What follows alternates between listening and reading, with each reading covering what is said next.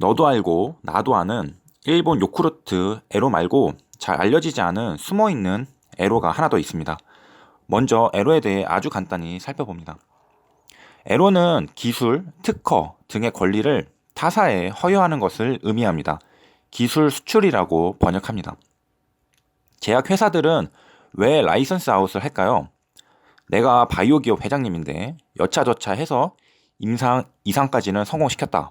그런데 임상 3상에서 미끄러지면 말짱 도루묵이다. 여기서 이제 바이오 기업 회장님들의 고민이 시작됩니다. 묻고 더블로 가느냐, 쫄리면 돼지시던가 고민이 되겠죠. 여기서 스탑. 내 그릇은 여기까지. 너무 욕심을 부리면 안 돼. 적당히 먹고 빠지자. 일단 내 손에 현금을 쥐고 다른 할 만한 제약을 탐색해보자. 라는 게 에로입니다. 즉 신약 개발의 리스크를 줄이기 위해서인 건데요. 한 번 더 고 해서 실패할 수도 있기 때문에 바톤 터치하는 것이죠. 또 에로는 빠르게 사업할 수 있는 장점이 있습니다. 임상 3상까지 끝나고 FDA 신약 허가까지 받고 영업하고 판매하는 등 이 모든 작업이 끝나야 그제서야 고난 끝에 달콤한 과실인 현금을 줄 수 있습니다. HLB의 신약 승인 기다리는 것도 이렇게 오래 걸리는데 임상 단계부터 시작하려면 세워라 내워라죠. 빠르게 현금을 쥐고 싶을 때 에로를 하게 됩니다. 즉 에로는 전임상에서 신약 승인까지의 각 단계에서 리스크를 줄여주는 장점이 있고 미래에 판매하면서 돌아올 현금 흐름을 현재 시점에 한 방에 끌어오는 장점이 있습니다. 자, 그럼 이제 일본 야쿠르트 외에 또 다른 에로 기업 후보는 누굴까요? 생각보다 가까이 있었는데요. 어제 기사가 나왔죠. 단디바이오와 나노젠의 공동 연구 계약입니다. 설마 나노젠이? 한동안 뉴스가 없다고 조금 관련이 있다 싶으니까 가져왔다고요? 조금 관련이 있는 게 아닙니다. 넥스트 사이언스와 나노젠은 서로의 주식을 주고받은 운명 공동체란 말입니다. 그냥 HLB, 넥스트 사이언스, 진양곤 등과 관련 좀 되어 있다고 그냥 가능성이 있다. 뇌피셜로 아무 말이나 하는 거 아니냐를 예상한 빅토리가 뉴스 기사를 곧장 제시합니다. 이 기사는 서울경제의 2019년 9월 23일 기사입니다. 몇 년 묵은 기사가 아닌 불과 3개월 전 기사입니다. 나노젠은 향후 엘리바와의 에로 등 다양한 분야에서 협업을 한다고 했습니다. 그동안 HLB로만 자료를 찾다 보니 바로 옆 동네 넥스트 사이언스 자료에서 에로 관련 내용이 짤막하게나마 언급이 되었었다는 사실을 발견하지 못했던 것이었죠. 자, 그런데 또 기발한 반론이 있을 수 있습니다. 아니 왜 엘리바만 에로 한다고 생각하니 반대로 베트남 나노젠이 엘리바한테 자기의 신약 물질을 에로할 수 있는 거 아니냐. 그러기엔 나노젠은 바이오시밀러 기업입니다. 바이오시밀러는 복제약이죠. 카피약을 만드는 기업인 겁니다. 이미 임상 3상 끝나고 신약 승인을 받아서 판매 중인데다가 특허까지 만료가 된 약을 복제해서 판매하는 회사인 거죠. 에로할 게 없겠죠. 그리고 현재 실제로 5개의 바이오시밀러 제품을 판매 중에 있는 기업입니다. 라고 하기엔 사실 나노젠도 에로가 가능한 7개의 파이프라인이 있습니다. 아무래도 베트남 1위 바이오시밀러 기업이다 보니까 바이오시밀러만 하는 게 아니라 임상도 하는 회사였던 겁니다. 말도 안 되는 것 같지만 반대로 나노젠이 엘리바에게 7개 파이프라인 중 하나를 에로할 가능성도 아예 없다고는 못하겠네요. 하지만 시작 개발은 후기 단계로 갈수록 상당한 자본과 방대한 경험이 필요하게 됩니다. 그래서 보통은 자사보다 규모가 큰 회사에게 에로를 하는 경우가 많습니다. 엘리바보다 나노젠이 규모가 큰 회사죠. 저 당시 엘리바는 리버세라닙 임상 3상이 갓 끝난 기업이라 현금을 유보해 놓을 만큼 매출이 발생하고 있는 기업도 아니라는 점에서 엘리바가 나노젠에게 에로를 할 가능성이 더 높다고 봅니다. 또 화자가 넥스트 사이언스 상무라는 점입니다. 에로는 시장에서 호재로 받아들이는데요. 보통은 자사의 좋은 이야기를 하는 것이죠. 게다가 앞서 콤부차, 동남아 지역 유통 등 베트남 현지에서 뭔가 하는 뉘앙스를 풍기다가 곧장 한국에 나노젠의 기술 가져오겠습니다 라는 라임이 맞지 않죠. 나노젠에게 애로하여 베트남 현지에도 리버세라닙을 제공하여 매출 극대화하겠습니다가 분위기상 맞는 표현이죠. 그럼 나노젠이란 회사는 애로할 만큼 수익이 나고 현금이 있느냐?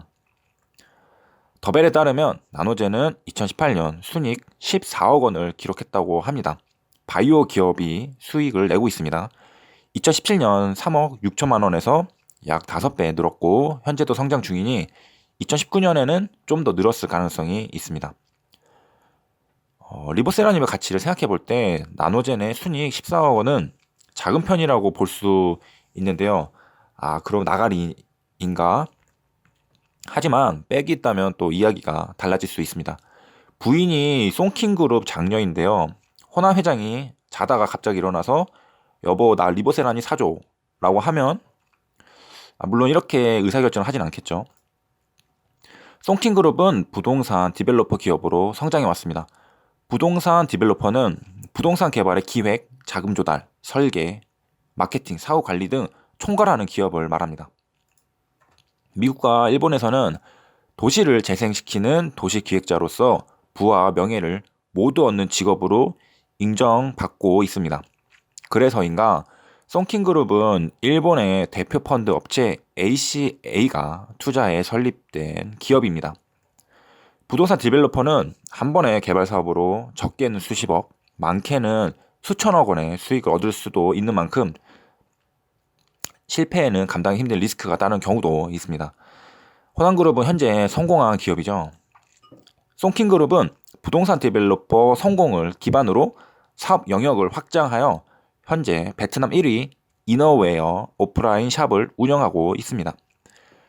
여기서 끝이 아니라 송킹그룹은 GS25와 2017년에 조인트 벤처를 설립하기도 했습니다. 이제 베트남의 편의점도 송킴 지분이 70%입니다. 1195억 원을 투자할 자금력도 충분히 있는 큰 기업입니다. 베트남 편의점을 장악하겠다는 생각이죠. 돈도 충분히 많고 베트남 편의점 진출 등 앞으로도 성장이 예상되는 기업 그룹인 송킹그룹의 장녀가 베트남 나노젠 회장의 부인입니다. 든든한 뒷배가 바로 옆에 있네요. 호남 회장은 진양고 회장님과의 우정도 돈독하고 투자 의지도 확실한데요. 베트남의 외국 기업 투자에 대한 규제와 송금 문제로 인해 수차례 납입 연기가 되었음에도 결국 유상증자 납입 완료를 해냈던 전적이 있습니다. 그리고 이런 투자는 호남 회장 부부의 개인 투자 성격이라고 합니다. 신기한 사실은 베트남 나노젠 CFO가 한국 사람이네요. 송킹그룹도 한국 사람이 사실 있었는데 나노젠도 한국 사람이 있고 세계 어딜 가도 한국 사람이 있습니다. 아무래도 한국 사람끼리 말이 잘 통하니까 더 돈독해질 수 있는 부분도 있는 것 같습니다. 그렇게 해서 나노젠 호남 회장님은 넥스트 사이언스 지분을 개인 의지로 취득했는데 바로 물려버렸습니다. 사실 유준가보다 주가가 하락하면 취소하고 싶다 이런 생각이 들 텐데 그대로 꼬고 했습니다. 왜 그랬을까요? 그것은 바로 진양고 회장님과 호남 회장님은 생사를 함께 하기로 약속한 돈독한 신뢰, 믿음의 관계이기 때문입니다. 나는 손실이지만 이게 너를 향한 나의 진심이야를 알리는 방법인 겁니다. 이게 얼마나 아름다운 사랑이냐면 진 회장님도 호남 회장님이 처물리는 걸 보면서 마음이 아팠던 겁니다. 그리고 호남 회장의 평단가 위에서 매수할 마음을 먹고 때를 기다리고 있었던 거였습니다. 호남 회장님의 유상증자 발행 가격은 6,360원이었고 진양고 회장님의 유상증자 평단가는 7,000원대입니다. 진짜로 더 높은 가격에서 매수했습니다. 호남 회장님도 넥스트 사이언스를 높은 가격에서 매수해서 물리고 진양고 회장님은 기다렸다가 더 높은 가격에서 매수해주고 서로의 믿음을 확인하는 작업이 현재 이루어졌습니다. 왜 이런 작업을 하면서 서로의 신뢰관계를 쌓는 것일까요? 그건 다음 영상에서 살펴보도록 하겠습니다. 이상으로 숨어있던 리버세라닙의 애로 후보를 살펴봤습니다. 감사합니다.